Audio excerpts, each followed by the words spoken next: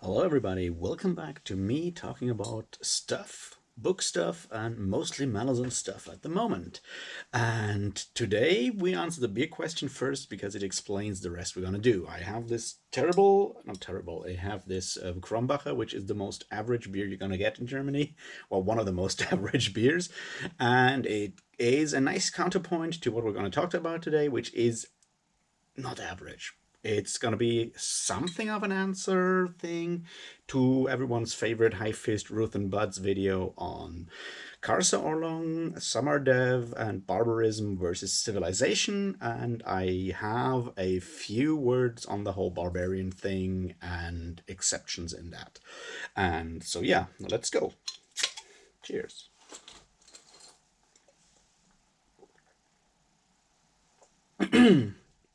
So first of all, yeah, go watch Ruthan's video. It's long, it's an hour long, and it has some really interesting points, some very good points on the dialogue between barbarism and civilization and how Stephen Erikson handles that in Malazan Book of the Fallen.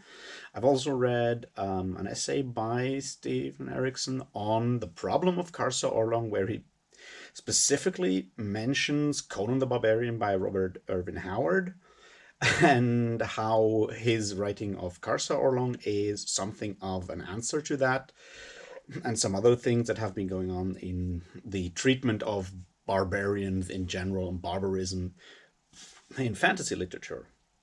And I've had some more thoughts on the matter that maybe jump off of that, and I figure I'll just ramble a bit for that. So what I'm going to do is I'll first give a really short introduction into Robert E. Howard, Conan, and barbarism with Howard.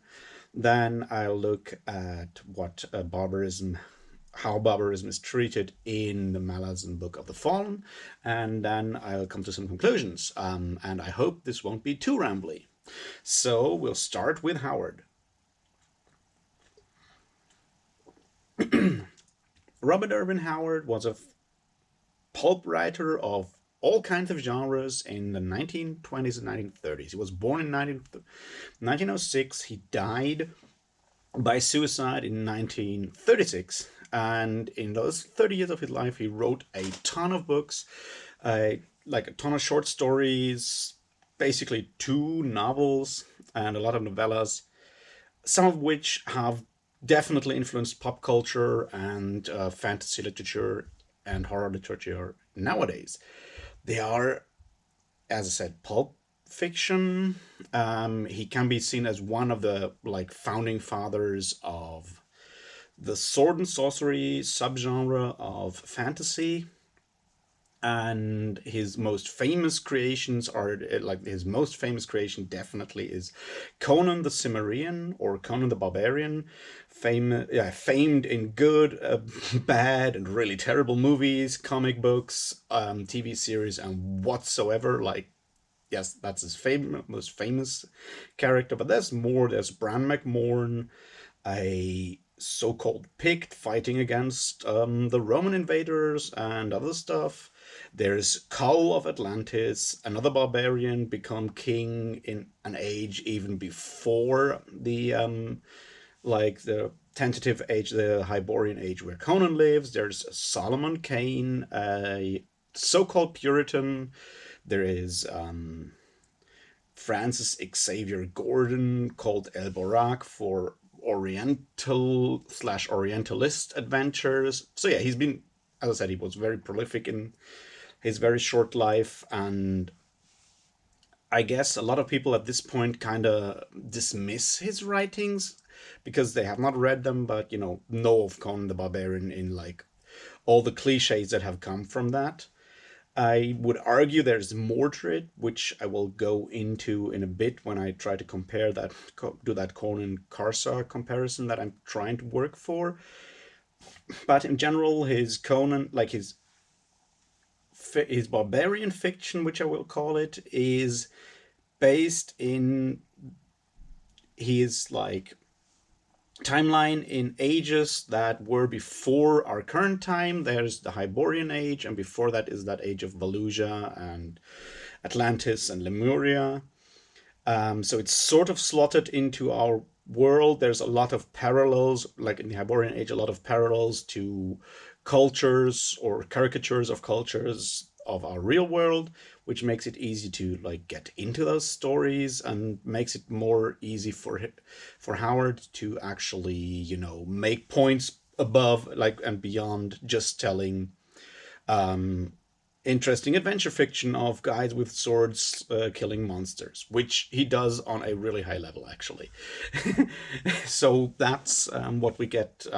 That's like my really short introduction into Robert E. Howard. If you want to know more, I might actually just, do a video on Conan or one on Cull or one on Bran McMorton, maybe even Solomon Kane. We'll see, because those are actually all of them are worthwhile reading. At least parts of it are worthwhile reading, and have influenced like fantasy writing in a lot of ways that maybe people who have not looked into the whole like 1930s sword and sorcery pulp fantasy genres would actually nowadays like realize. And I always think it's helpful to look at those sources.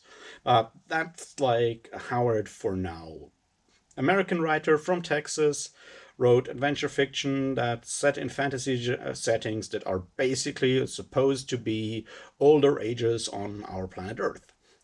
Um, that means that mostly there's humans in there and no other fantasy species as we find them in most modern fantasy books. Okay, now let's look at Robert E. Howard's like view on barbarism and how that, contrasts with what we get in the Malazan Book of the Fallen.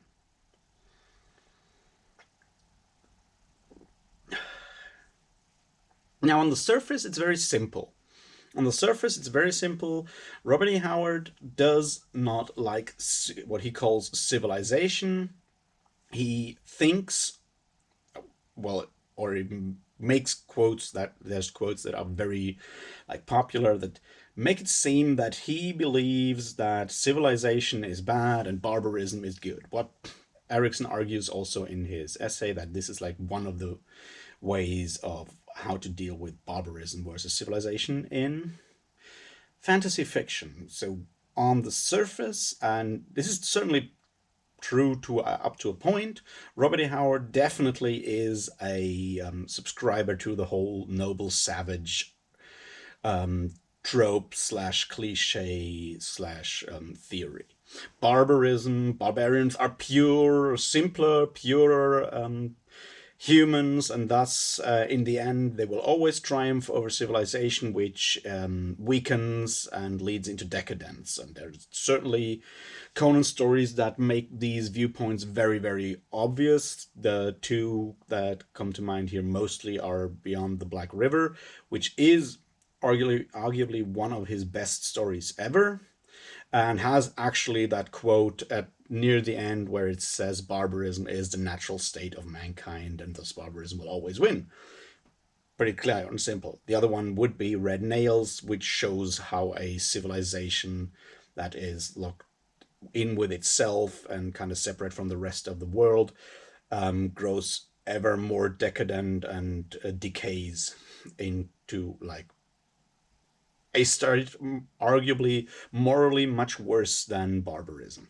But those are those two stories. I would, however, argue that there are more that Howard's take on the whole matter is a bit more nuanced, and that actually Conan the Barbarian and maybe even also Cull of Valusia are characters that kind of prove that, and that's something that then resonates with the depiction of Karsa Orlong as a barbarian in the Malazan Book of the Fallen. So for that, we're going to look at those characters in particular, and then we look at Karsa. Okay, so what does make those characters, Conan and Cull, special? Now, on the top, unlike on the surface, it's very simple. They are barbarians. Cull is an Atlantean. He's from Atlantis. And Conan is a Cimmerian. In this case, Conan definitely comes from the north, although not from the far north. I'm not too well versed in the like map of the Valusian Age, but as far as I know, it kind of contradicts Stephen Erikson's observation that those barbarian heroes always come from the north, because I don't think, from where I look at, I mean, Atlantis is an island, so it's not exactly the far north, but no matter. So, those are barbarians that then leave their homeland. That's the important part. They leave their homeland, travel through civilization, and by virtue of them being barbarians, maybe, or other qualities, manage to fight their way up to the point where they actually become kings or emperors.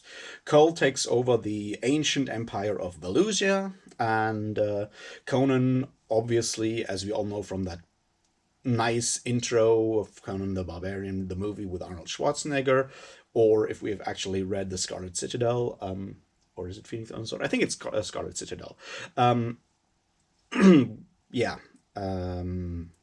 takes over the kingdom of Aquilonia, which sort of represents like, well, but why Valusia is more fantastic still. The kingdom of Aquilonia is a high medieval European country in the way it is portrayed. But anyway, so those barbarians take over these already established civilized kingdoms, and then struggle with trying to, yeah, they struggle with being barbarians in a civilized society. There's some, they're not always happy with the fact, and that kind of comes into my next argument. So we do have barbarians, but we do have them always contrasted with civilization, higher society, and though, okay, and the point I was trying to make here is that Howard shows that a individual, and this is where I'm going, it's like the contrast between the individual barbarian and barbarians as a group. That the individual barbarian is totally able to take over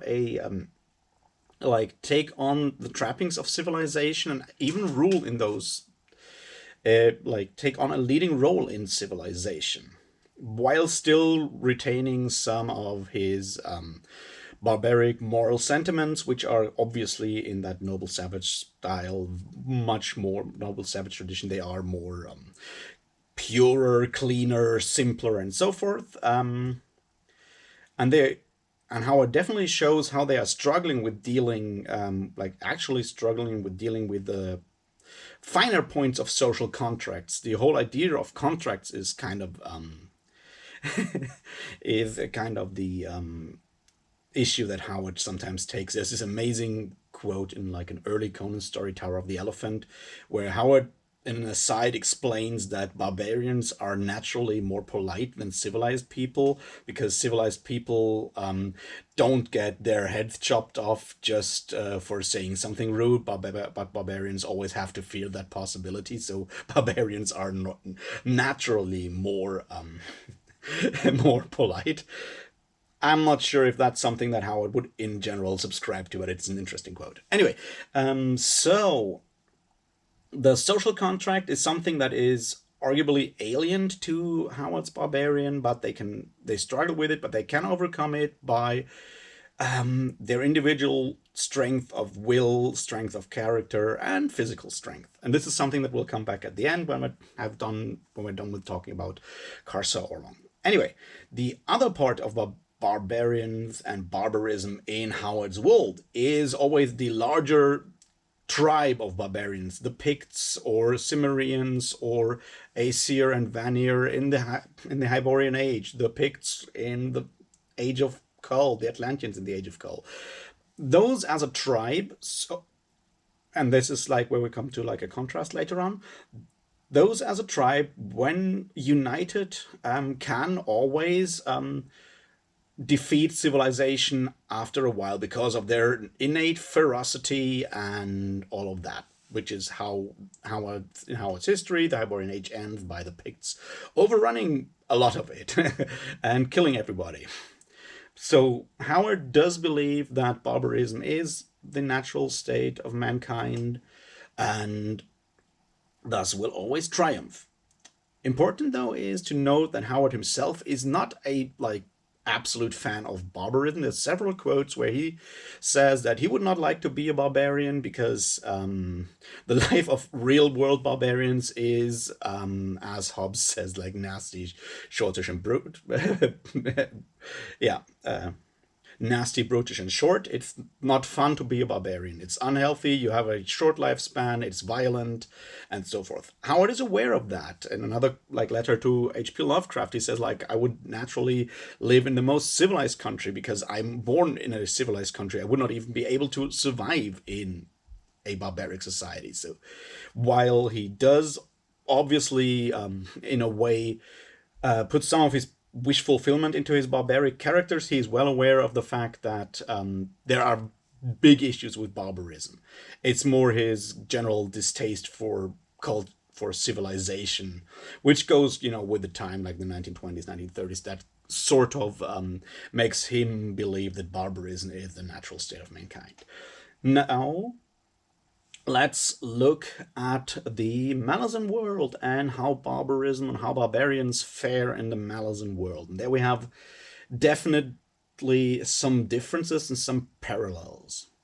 The first one is that when we look at the world, barbarism and barbarians are not who will ultimately triumph. We look at it and we see how civilizations in general attack our attack on an economic, spiritual, and military level, attack less evolved, culturally evolved groups and take them over. And I should say that up to this point, this was all very spoiler free, I guess, but after now, there might be some things that if you have not read up to Reaper scale, then, well, you might want to stop here if you really mind, but it won't be big spoilers. Anyway, so obviously there's a lot of, when we look at Midnight Tides, which has a lot to say on this kind of thing, economic exploitation, economic imperialism in general.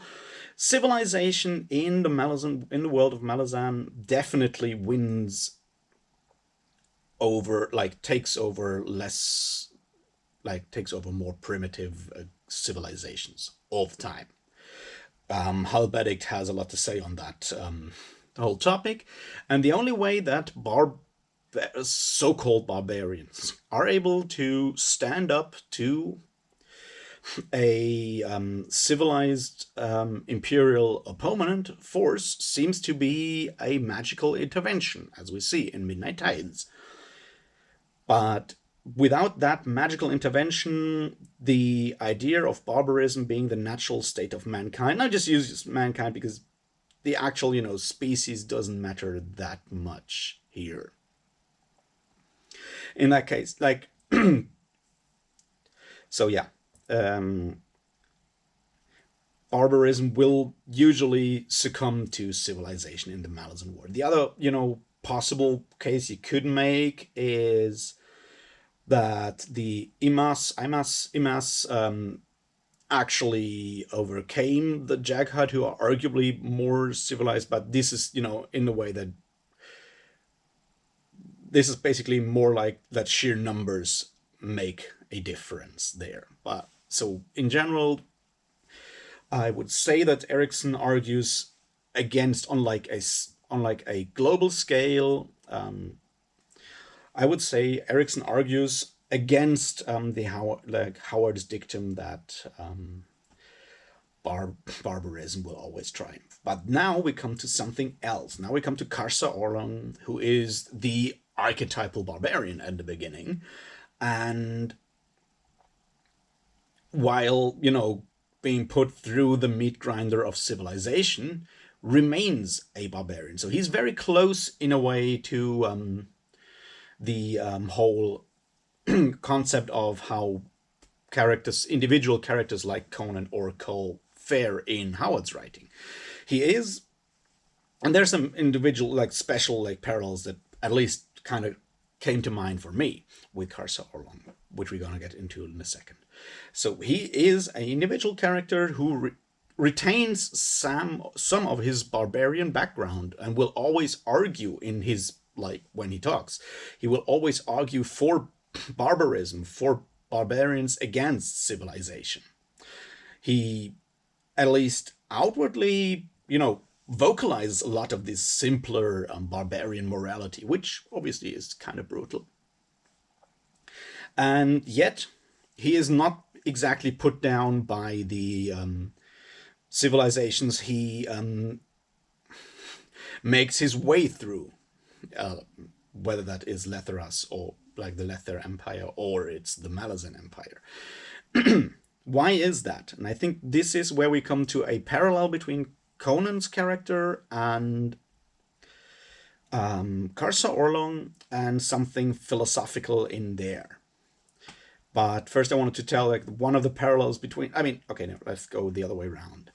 The point why characters like Conan and Cole can do what they do, which is become actual kings / emperors, is they do that because of them as individuals being exceptional, being able to enforce their wishes by sheer willpower and obviously physical strength, but mostly by their willpower on the universe, which is something we see with Karsa Orlong. Like in Reaper's Gale, Summerdev actually basically vocalizes that and says like, you Karsa, you argue you're a special character, you're special, and you prove it every time the events prove you right. You are able to defy the laws, like natural laws, by sheer stubbornness / willpower.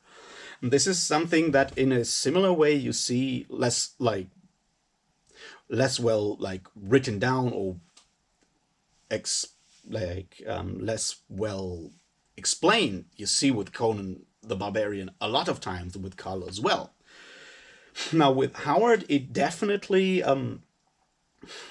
harkens back to a very like existentialist look at the world, which characters like Conan or Cole definitely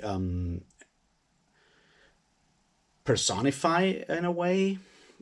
Like there's some quotes from Conan that definitely show him to be an existentialist character in a way. There's one in Queen of the Black Coast where he's like, if the gods are illusion, life is illusions, the world is an illusion, I'm an illusion. Well, if I'm an illusion, then let me at least have fun while I'm an illusion. So there is this existentialist streak in Howard's writing that definitely has a bit of Nietzsche and the Nietzsche's concept of the Übermensch in there, in a way that you have to be beyond good and evil, beyond overcome those things to actually achieve your full potential in a way. And Howard obviously doesn't actually argue that on a philosophical level, but it's kind of part of how his characters, those special characters, behave, because they are exceptional. They are not bound by the laws that pertain to everything else. And Karsa Orlong is the even more powerful personification of that principle. And why it is so special is that he is not human in a way. He's a Toblekai. So you can see there that what Erikson does with Karsa Orlong is take over the fact that if the noble savage is to be exceptional, if the noble savage is able to overcome the actual disadvantages being a barbarian has in a civilized world, he can only do that by actually being superhuman, by being more than human. In this case, he's a actual different species, which makes this whole idea of the superhuman, beyond good and evil more like visual, I would say. And this is the lesson I personally take from Karsa Orlong as a character. Now, if you want to like believe that, if you actually want to espouse a Nietzschean philosophy, is something that's up to you. I would not recommend it, but I like how Karsa Orlong in the Malazan Book of the Fallen makes it very explicit what that means to be beyond good and evil, to be able to actually, by sheer willpower and being a very special being, to imprint your wishes on the universe and actually bend natural laws. And this is, as I said, something that maybe Ruthan missed in his video. But to be a character like Karsa, it's not enough to be a barbarian, a noble savage in a world where barbarism ultimately must triumph. No, you can only achieve that if you are actually an exceptional being, a superhuman being. And arguably that's the same for Conan or Cole in Howard's writing. They are exceptional beings, they are not just barbarians, which I would argue Howard was probably aware of, but never really verbalized it. Maybe he did. There's like thousands and thousands of pages of letters he wrote. And maybe it's somewhere in there. I have not read all of that. Now I want to just put out like 2 or 3 parallels that might be direct or less direct influences from Howard onto the Malazan Book of the Fallen. Then I'm going to leave you for today. The first of that is that actually, now you can argue that Dune is the book that made everyone realize that having sort of in-world quotations as chapter beginnings like made that popular, and Dune definitely did that. But it starts earlier than that, and Robert E. Howard does that in his Conan stories once or twice. Like this thing that we all remember from the Conan the Barbarian movie, the whole idea of like, know ye, O prince, that before the oceans drank Atlantis, and so forth. That's supposed to be part of the Nemedian Chronicles, and is like the opening for one of the first Conan stories ever written. So this is something that you can maybe also, the idea of there being in-world chronicles that are used as chapter headings is something that you can find with Howard in Conan and then find with Malazan again. And then there's one that I kind of remembered when Ruthan talked about it. The scene where Karsa Orlong is facing the City Watch and Samardev actually talks everyone down from killing each other. It really echoes the beginning of the Conan story, Queen of the Black Coast, which starts by Conan like galloping down the street with the entire City Watch in pursuit of him, and he leaves the city and he explains to someone what happened. And what he says what happened is that he was called into a court hearing where someone accused a friend of his, and he was supposed to give testimony against this friend, and he declined to do that because it's his friend and loyalty and so forth. And seeing that the judge was clearly mad because the judge ordered him to be imprisoned until he actually gave his testimony, like seeing the judge was clearly mad, I drew my sword and clove his skull, which is exactly how Karsa would have acted in that same situation. So yeah, this is like just a parallel that really came out to me, and I just wanted to mention that. Okay, so to wrap this up, once again, I would say that both Erikson and Howard have 2 different things when they talk about barbarism and civilization. The one is barbarism as a general thing, barbarians as a general thing versus civilization, and the other one is special personalities, superhuman, exceptional barbarians. And while they have different views on the whole barbarism versus civilization topic, their views on the exceptional barbarian is actually not that far apart. That's it for today, I guess, and I will talk to you real soon about something, and maybe I'll even stop rambling and make notes and actually organize my thoughts. Who will see? Who can say? We'll see. Until then, cheers.